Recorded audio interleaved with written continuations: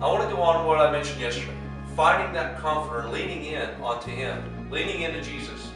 Proverbs 3, 5, and 6 says, "Trust in the Lord with all thine heart, and lean not to thine understandings. In all thy ways acknowledge Him, He shall direct thy path." I'll challenge you today to lean towards God. Find out lean towards Him. He's going to supply thy needs. Okay? And if you look at the children of Israel, it always amazed me that God led them by a cloud by day and the pillar of fire by night. They knew where to go according to this cloud and this fire. They knew when to stop according to this cloud and according to this fire.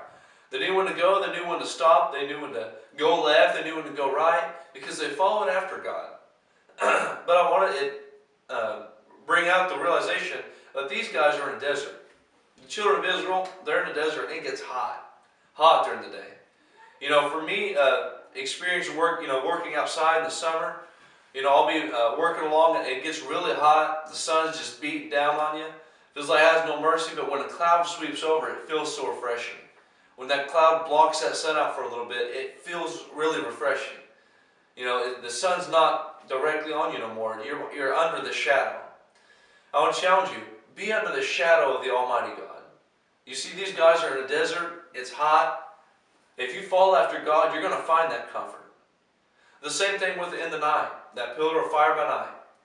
If no one tells you it doesn't get cold in the desert, it gets really cold.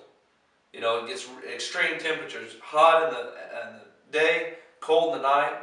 But I want to challenge you, God provided that pillar of fire. If you're close enough to that fire, you'll find comfort.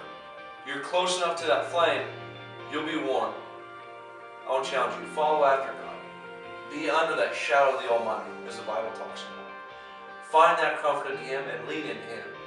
Whatever path you go, He's going to direct it. Just follow after Him and you'll find that comfort.